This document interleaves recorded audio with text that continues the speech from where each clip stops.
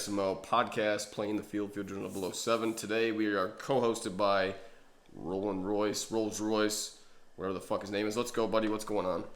Rollin Royce? I like it. I like it. What's up? What's up? Well, we're took a little bit of a hiatus. I just kind of do this when I feel like doing it anymore. Tonight felt like a good night. We're talking. Well, I guess we could talk about for one, what happened in your last game, 35-3, complete thumping of the Dolphins. Can you break that game down a little bit? Um, I did play better. I will say I played better.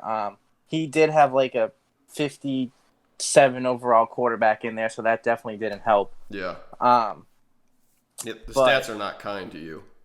yeah, no, not at all. So is he a good defensive team? He is. He's actually a really good defensive team. He makes, for the most part, KJ makes good offensive reads too. His record never actually shows how good of a player he really is. This is, I think, the first game that I've actually blown him out, I would say. Normally we have fairly good games. So, again, I really don't think the score shows this one. I had a kickoff return where my kick returner got stuck on my blockers, and then a hole opened up to the left, and something just happened, and I was gone. Madden blocking on that one was ridiculous. That's kind of what it's been for the last month or two. The game is in a very poor state. I won't harp on that too much. Let's talk about another division mate of yours, the Patriots QB study, 6-0 right now, and seems like he's been a team ever since he's come in that's been on the uptick. Every season it seems like he gets a little bit better, and right now I think he's got the best record in the SML, the only, according to Last Daddy Leaks, undefeated the team. lone undefeated team. So break down QB stud for me. Is he as good as the record states? If so, what is a chink in the armor? If there is, he is as good as the records. His record shows. I'm not going to beat around the bush in that one. He is very beatable. I've beaten him. Conk's beaten him. Us three. I want to say us three. We split every game each season. We each play each other twice. We each win one. QB again. I haven't played him yet this season. He loves his posts up the middle. Yeah. If Marcus May is covering it, he's more likely to come down with it. But if Jamal Adams is out there, he ain't coming down with it, and he knows that. But I think most people try and stay away from Jamal Adams. If you look at Jamal Adams' stats through the past couple seasons, he hasn't been the same player he's been. But QB is definitely beatable. He loves his posts, but he does make good reads. So that's where the thing is. You'll know when a post is coming. It doesn't always mean he's going to throw it. He's got almost the number one offense altogether. Points per game, number 135. First in yards, 327. Seventh in the pass. Fifth rushing. Very good offensive team. Defensively, he lets up some yards, but he's only allowing 15 points per game, and his run defense is pretty stout. But then again, if you're putting up 35 points per game, I don't know how many teams are actually still running. So I guess the key there is not to shoot yourself in the foot. Because I know he's got a pretty stingy defense. He's a pretty good user, likes to throw some blitzes at you. So don't, like everyone always says, the key to the game, especially this season, though, is not having the turnovers on offense. Let's look at a few other teams real quick. Obviously, you have to mention Primer, probably two-time Primer champ, and now SML champ, Sunday squad, the Washington Redskins at 5-1. What do you think about the Redskins from what you've seen so far? He's legit. Yeah. But I'm upset. I'm rolling with Royce when he lost to Mike. Mm-hmm. Mike was going to be my upset of the week. But I was like, you know what? Mike normally gets mad at me when I choose him in those types of things. So I was like, I'm just going to let him pass. And, of course, he upset Sunday that 1 week. But, no, Sunday is legit. He's a good player to watch. I played him. We had a good matchup. I think he beat me 24-14. Mm-hmm. He has a great user. Who do you think right now, I mean, you may already know if you've looked or paid attention to the stats, who do you think the leading rusher in the SML is right now? I would say Melvin Gordon, but Blunt has not been on his game. He's burned out. Yeah, I would say Darius Geis. Is that his running back? Sunday's running back? I think so. It's actually the Tampa Bay Buccaneers, Angelo French, 655 yards, 7 touchdowns. A very lopsided game for him. He had 10 carries, $193, 3 touchdowns in his last outing. very like Tampa Bay doesn't get a whole lot of love on any of the podcasts just because he hasn't won a lot of the big games, but he is currently, according to Daddy Leagues, the second seed. That's all pretty much interchangeable at this point, but he is 4-1, very stacked team, very good on offense, pretty much top 10 in everything except for passing yards. Defense, he's getting gouged passing yards wise, which I could say that I put up a lot of points, a lot of stats in our game. He came out with the victory.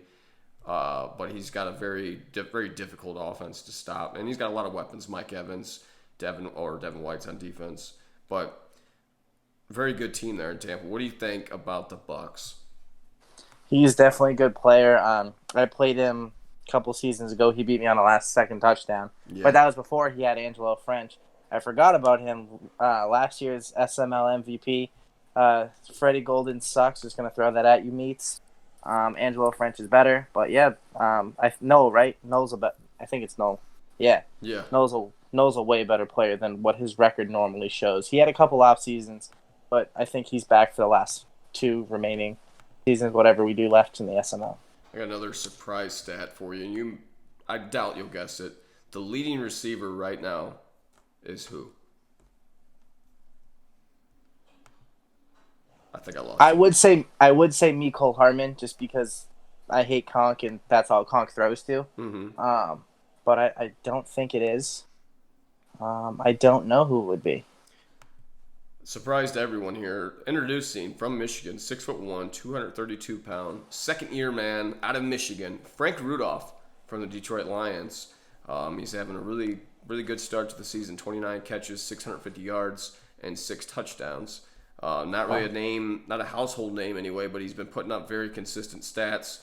If you just look at the last few games against Green Bay, 6 catches, 95 yards. Against the Rams, 5 catches, $126. Against the Green Bay, 4 catches, $131. Against Seattle, 3 catches, 92 yards. So if you play the Lions, you need to watch out for this man, Frank Randolph.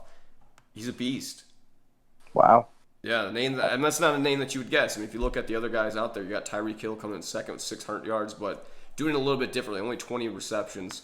Number 3, Will Fuller of the Texans, 30 catches, 599 yards, 4 touchdowns. The Jaguars, DJ Chark Jr., 21 catches, 577, 5 touchdowns. And then rounding out is DK Metcalf, who I really wish that the Colts would have drafted in real life. An absolute beast. Anyway, we'll talk about maybe a surprise. Quick question for you. Yeah, go ahead. Quick question. You're a big Will Fuller guy, huh? He leads your offense? Well, the problem is DeAndre Hopkins that's one of those things where Madden is fucked. Prior to this Madden, DeAndre Hopkins, I don't know if he dropped a pass that previous season in real life, and he drops a ton of contested passes across the middle of the field, or however you try to get him. Basically, everyone spotlights towards him. Their coverage is shaded his way. He gets the X Factor corner. Fuller's kind of playing Robin there, and he's getting a lot of single coverage. Yeah, he's an excellent on post patterns. It's just really easy to get him the ball when everyone's focused on Hopkins. But if they fuck up and leave Hopkins on single coverage, I'm still going to look and find Hopkins. But yes, I am a Fuller fan. I like his speed. I think when you played me, I don't think Hopkins did anything. I think Will Fuller was the one that burned me most of the game. It's like I said, he just doesn't seem like he gets open as much as Fuller. I thought about letting him go, but then again, it's like if I do that, then I feel like Fuller is going to be pretty well contained. But he's got a really good stat line, 95 speed, 94 acceleration, and I don't remember what his agility's at, but those are really good speed stats to have, and his catching abilities are pretty good when you look at his hands, 93, catch traffic 88. In the last few games, he's been putting in the work. Against the Jets, we had 133 yards. Against the Bills, we had 170 yards. And against the Titans, 136 yards. So he's definitely making big plays. Wow. Yeah. But we'll move on. We won't pound on my chest. This is my podcast, but we don't need to talk about my team that much. So we're going to go ahead and talk about the defensive side of the ball. No-brainer here. If you had to pick the league leader in defensive interceptions, who would be Oshie. Well, Oshie. The bandit back there. He's got Roquan Smith this year with 18 interceptions. My head. Yeah. Yeah. And that we've only, 6 or 7 games in. The next guy that's not even remotely close is Adrian Amos Jr. with 7 interceptions of the Packers. So he's got less than half of those interceptions. So basically, if anyone that's out there playing Oshie, do not throw towards whoever Oshie is, because Oshie is obviously he's the best user cover guy out there. He's getting the picks. I think it was Paulie. Might have been Paulie. It was someone they recently talking about playing Oshie, and it was he has your first two reads covered, Right. and then when you look at your third read, he still somehow gets there. Yeah. It's like I know I have a great user. Like I'm not trying to boast my ego or something like that. But if you watch like my game against the Bengals, there were some plays where I came out of nowhere. So like I know I have a great user, but Oshie's is just absurd. A lot of these guys are able to take away like your first and second read, like those routes that kind of run towards the same side of the field. They're able to kind of take two guys away when it's short to medium range, and then your third reads. Let's say if you're running a flood concept, okay, you're running trips right. You got the corner route, you got a little flat route, and then you got a streak. So basically, that user is floating right over towards the corner and the flat route. So he's kind of hovering between both. He's able to kind of, eliminate the distance pretty quickly. And then on the left, you got a receiver that's running a dig route. So while you're sitting there beating your dick beaters around trying to decide which guy you're going to force it to, like, oh shit, here we go, we got a dig route. No, you don't, because he's going to She's coming right back. pick you off there. So that's what's interesting is, like I've talked about time and time again, you're just able to close so much space with a user coverage linebacker than you can in real life. So it's definitely an obstacle to overcome if you're playing offense, but it's a great tool to have in the tool belt if you're on defense, is to have that excellent user coverage. He definitely has it. He's getting 3 and 4. If you look at the stats, he had 3 against Green Bay, he had 4 against the Rams, he had 3 against Minnesota, and he had 3 against the 49ers, and that is Roquan's stats. It's not the Bears' stats. So that's absurd. That's kind of crazy. Suspension. That's cheese. It's cheese. So we'll move on. We'll talk about a few other things. A lot of different teams that are on the bubble. A lot of teams with kind of poor records right now. The other teams are kind of separating themselves already. The Bears 5-1, the Bucks 4-1, the Seahawks 3-2, the Packers 5-1. Lawyer Killer getting back with it, and the Cowboys 4-1. You look after that on the bubble: Saints 2-3, Panthers 3-3, Vikings 3-3, Cardinals 2-3. AFC, Patriots 6-0, Colts 4-1, Ravens 5-1, Broncos 3-2, Bills 4-1, Jets 5-1. After that, Chiefs 3-2, Steelers 3-3, Browns 2-2. So even like you're pretty much fucked if you're looking at a wild card in the AFC this year with you being 5-1, the Bills 4-1. That's a division-winning record anywhere else. It's kind of the same thing on the other side of the ball where you're looking at the NFC. The Cowboys are 4-1. The Redskins are 5-1, so the Redskins are currently winning the division. I mean, you got some guys that have a decent record that are not going to have a chance just because those top 12 teams are so much better than everyone else. Like it's definitely SML competition has gone way up over the last probably 2 cycles, and it's getting more and more difficult every single season, every single cycle to get back in the race. What are your predictions or 2 early predictions? Because we're not quite midway through, but what are your early Super Bowl predictions right now? Early Super Bowl. Wow. Yeah. I definitely not Prime, because the echoes have been silenced. He already had his first loss. Right. You know what? I'm gonna say Conk makes it back. As much as it pains me to say that, I think it's gonna be Conk. I want to say Conk and QB, but it depends on how the seeding's playing. I want to say it's going to be either me and Conk or QB and Conk in the AFC Championship. Yes, I'm putting myself to high standards. And then in the NFC, it's going to be Conk and Oshie this year.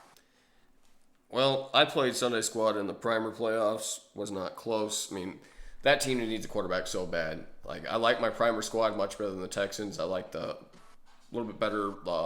Like having a really good running back that's pretty quick makes a huge difference in this game, and that's what's nice about that team. But Sam Darnold as a quarterback is absolutely ass, so that's difficult to overcome.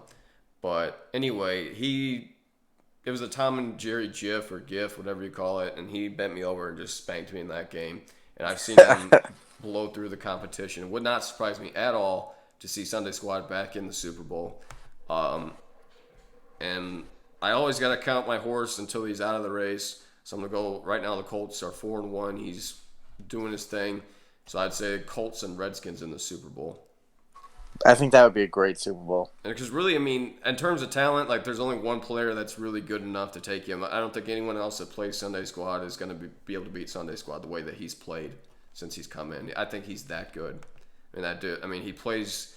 He's got really unique offense. His defense is highly pressure based, and it's really tough to overcome. So we'll see what happens, but that's kind of my predictions as we stand right now. You got anything you want to cover? No, not really. I would just say that I do agree with that prediction. I think Conk, it very likely will be like Conk and Prime, Yeah. and then Oshie and Sunday in the AFC Championship and NFC Championship game. So I would not be surprised to see a Colts Redskins Super Bowl. No, like I said, it seems most likely to me that's where we're kind of heading towards. Yep. We still got a lot of ground left to cover. Be interesting to see kind of what teams kind of trend around. Maybe there may be a different wild card team that gets in the wild card spot. We don't know. A lot of things happening in real life that are going to influence Madden. Madden 22, Madden 21. 21. Madden 21. First and foremost, Tom Brady. Tom Brady would be on the Buccaneers. That instantly makes the Buccaneers a much more interesting team to pick. They were already a decent pick to build on because you had O.J. Howard, Mike Evans. They've got some speedy backs, Godwin. They've got a lot of good pieces on defense, but it was a team that had a quarterback that kind of looks like he's staring into the sun like George Bush, and we're not really sure what was going on there. Well, now you got Tom Brady, and you immediately have a quarterback that can get things done for a season or two. So definitely exciting to see that. The Rams has been a sexy pick the last 3 seasons. I don't think they're such a sexy pick anymore. Goff has regressed. Gurley's now off the team out of the Falcons. What are some of your teams to watch for and some of your teams to avoid for team selection for Madden 21? Team selection to avoid 100% the Rams. Yes, I know that they got Jalen Ramsey. They still have a great defense. Yeah. But Jared Goff and they don't have the offense that everyone hypes them up to have, and they're in huge salary cap problems. So I would say that's probably my biggest stay away team for Madden 21. For my teams that I'm looking at in Madden 21, I'd say the Dolphins. I think a lot. I think the Dolphins. Yes, I think if they get their quarterback that they want, if they get to they get themselves a running back, Jonathan Taylor, DeAndre Swift, and then a great defensive piece, I think that will be a very good team, especially a young team to build around.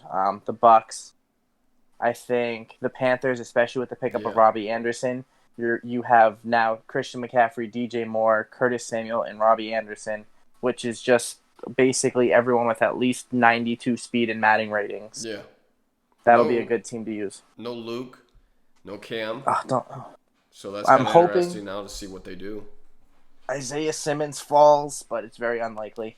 Another team I think would be interesting, I mean to cut you off, but the Cardinals, now that you add DeAndre Hopkins, Kyler Murray is your typical Madden quarterback. He's mobile. And now you've added some pieces there. The Cardinals, an interesting pick. I think you'll see a lot more NFC teams go earlier than AFC teams. Obviously, you'll see like the Ravens and Chiefs go probably 1-2, depending on how Prime and Meats pick. But then I think you're going to see a lot of NFC teams go off the board. Yeah, because really, if you look at the AFC, there's really only 3 teams that are worth a damn out of the AFC, and that's, in my opinion, going to be the Ravens, the Chiefs. So those are your obvious teams. And I'd throw the Bills in there. The Browns and the Browns have some talent still, as long as they don't trade everyone away, because you never know. I mean, we're just getting started in the offseason. The NFC, though, you can drop a freaking pin, and you can pick the Cowboys, the Eagles, the Panthers, even the Bears, Bucks, Seahawks, Cardinals, Vikings to some extent. Even though they did trade off Stephon Diggs, so that kind of cripples you a little bit. And I'm not a huge Kirk Cousins fan, especially not for Madden. but Not at all. a lot of good teams to look at. It'll be interesting to see where guys wind up. It's always kind of neat to see things shake up. Will Raider fans stick with the Raiders? Will he ride it out? Yeah, 100%. You think so? That's like Prime always talking about, I'm going to take the Chiefs. I'm going to take the Ravens. No, you're going to take the Colts, and we all know that. Shut up. Just trying to honey dick you into thinking something else. Yep. The Raiders have a pretty good squad, though. Before we close this thing out, he's fielded a pretty good team, so maybe it is Madden fucking him. Maybe it is. You look at the offensive numbers are not good at all. Points per game right now, 30th with 12. Bottom of the barrel, 29th. Total yards, 228. Dead last in passing yards, 91. 8th in the run, though. He's averaging 136 yards a game running. He's given up the most points, 32. Basically, bottom of the barrel on all yards, getting up 340 once. That's 25th. 209, 21st. And rushing yards, he's getting up 130. Absolutely getting gouged. That is not good. Raider fan, I don't know what happened. I have to get him back on the podcast and see what the hell is going on with these Raiders. But we'll talk. I'll turn over to you in a second. I don't mean to cut you off. We'll just go over some of the weapons he's got. Devontae Adams, 94 overall. Javonte, not even trying to say that name, 87 overall. Superstar wide receiver. Star line defensive end, Klein Farrell. Miles Grant, cornerback, 86 overall. I mean, you go through that. His team is pretty good. He's only got 190, one guy over 90 overall, but he's got a lot of guys. He's got 1, 2, 3, 4, 5, 6, 7, 8, 9, 10, 11, 12, 13 players. If you count the 94 overall, 14 players that are 80 overall or above. I think he's did a pretty good job of piecing together his roster. What is the biggest issue with the Raiders right now? Is it user error or is he getting fucked by Madden? I'd say it's a little bit of both. Yeah. I was talking to him after my game with him where I beat him. I don't remember. I held at, I think Josh Allen completed like 2 passes in the first half. Yeah. And I straight up told him, I go, Raider, you're very predictable on offense. It's like you only have 1 or 2 reads. Right.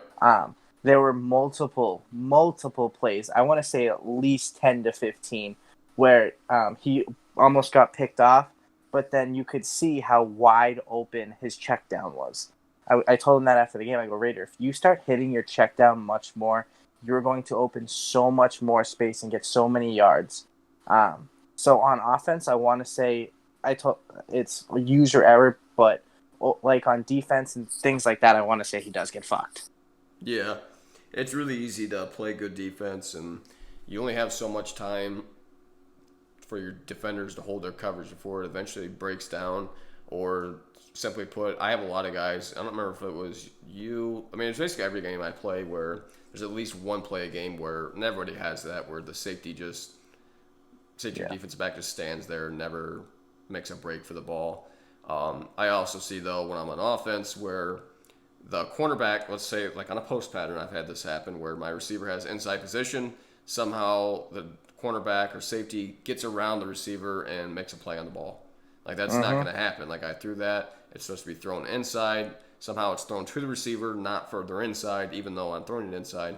And that receiver has inside position. That guy's not going to get around him, especially with that speed advantage. That wasn't so much of an issue. Once again, we can go back to talking about them breaking the game by doing these updates. That was not an issue earlier on. This last game update has been absolutely horrible. I kind of wish they would do another one and just reverse it, kind of go back to where we were when the game first came out. I know there were some issues. I feel like they've broken more than what they fixed, though, this time.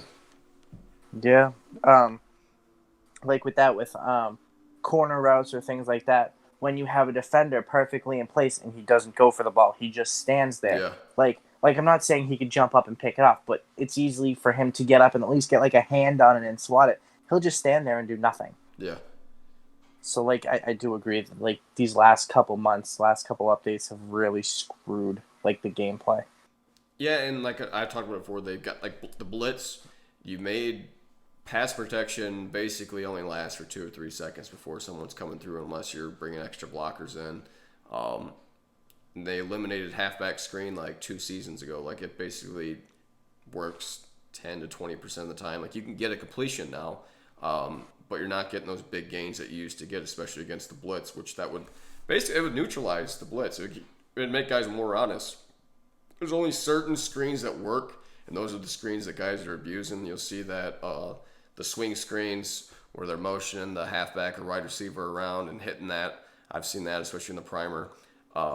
So I don't know. I just feel like, and we're never going to see it because they won't do it. You have to have a game engine that is specific for Madden, and you need to start from the bottom and work your way up instead of just porting the game over and brushing some things out to make it pretty again. Because that's what, and I've read the articles. There's all kinds of facts behind it with the legacy issues. So it'd be interesting to see what type of game we get for Madden 21. Hopefully, they don't fuck with it a whole lot. Although that's They what's probably gonna will. happen. Yeah. Do you got any closing statements? Best of luck to everyone for the rest of the season. The Jets are coming strong.